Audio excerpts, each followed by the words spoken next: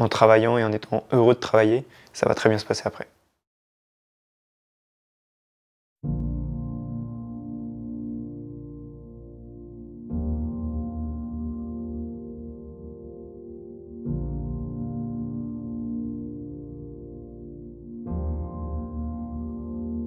Je m'appelle Hermès Couturier, j'ai 19 ans.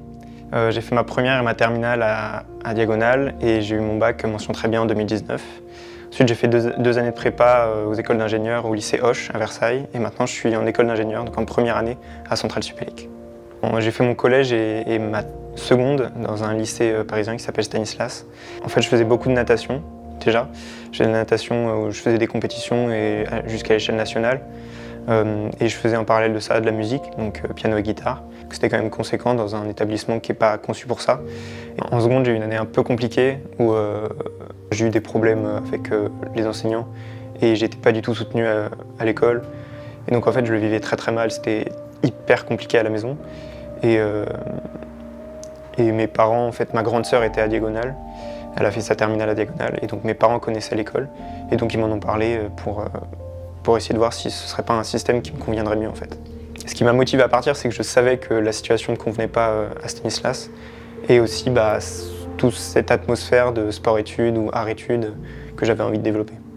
Mes parents m'ont beaucoup encouragé à venir à Diagonale, j'ai eu des entretiens avec M. Laniche et j'ai même appris plus tard que M. Laniche était persuadé que je ne viendrais pas à Diagonale et en fait finalement j'ai décidé de venir et ouais, je regrette pas du tout. Donc Diagonale, ça se base sur le fait qu'il y a une promo qui est plutôt petite en termes d'effectifs. Et donc les classes sont faibles, c'est une vingtaine d'élèves. L'établissement a compris qu'en créant des liens entre le professeur et les élèves, c'est comme ça que les élèves réussissent mieux en fait, parce qu'ils se sentent beaucoup plus à l'aise. Et je trouve que ça aide à apprendre, ça aide à se sentir à l'aise à l'école. Et pour moi, c'est très important. Par le biais des professeurs qui étaient très proches des élèves, ça m'a motivé à beaucoup plus travailler que ce que j'aurais fait si j'étais resté à Stanislas par exemple. J'ai eu des très bons résultats et donc après pour Parcoursup et pour le bac, ça a très bien réussi. J'ai très bien réussi grâce en fait au fait que les professeurs m'aient donné envie de travailler. Comme j'avais des bons résultats et que j'étais content dans ma vie scolaire, j'avais plutôt confiance en moi. J'avais pas de doute sur le fait d'obtenir mon bac. Mais après, c'était plus sur le côté, est-ce que la prépa va m'accepter en venant d'un lycée hors contrat qui n'est pas très connu, qui n'était pas très connu, maintenant ça commence à prendre plus d'ampleur, mais qui n'était pas très connu. J'avais un peu peur là-dessus sur est-ce que j'allais être accepté. Je savais que j'allais avoir une prépa. Après, je visais une très bonne prépa, donc c'était plutôt ça qui me faisait un peu peur. Et quand je suis arrivé en prépa, j'avais aucune idée de ce qu'il y avait derrière. Je savais qu'il y avait des concours, et après, j'avais un peu aucune idée. Donc c'est en prépa que j'ai entendu parler de toutes les très grandes écoles d'ingénieurs parce que du coup la prépa où j'étais c'était quand même une très bonne prépa et donc c'était plutôt les très bonnes écoles qui étaient visées derrière. Donc j'ai entendu parler de Centrale Supélec, de Polytechnique, des mines. Je me suis un peu focalisé en me disant j'aimerais bien intégrer une de ces écoles-là et donc ensuite j'ai été admis à Centrale Supélec. Vraiment une école qui rompait beaucoup avec l'aspect très strict que peuvent avoir d'autres écoles d'ingénieurs, typiquement Polytechnique ou les mines. Il y a l'esprit associatif qui permet de regrouper les gens par centre d'intérêt et donc ça permet de se faire des groupes d'amis. Moi je fais partie de l'asso écologique et de l'asso féministe.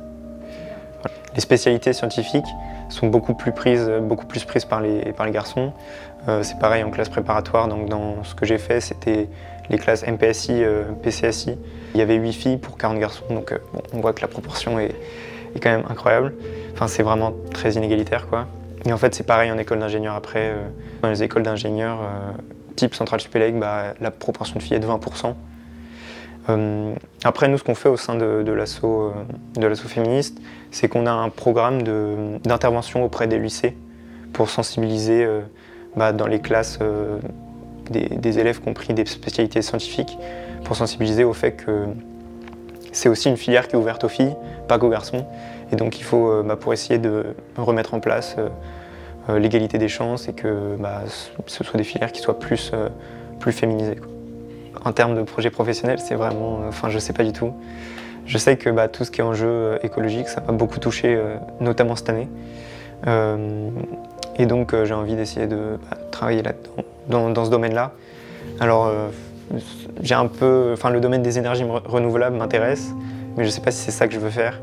Voilà, après, enfin, je sais qu'il y a beaucoup de métiers qui permettent d'interagir avec tout ce qui est enjeu écologique, mais j'ai pas trop.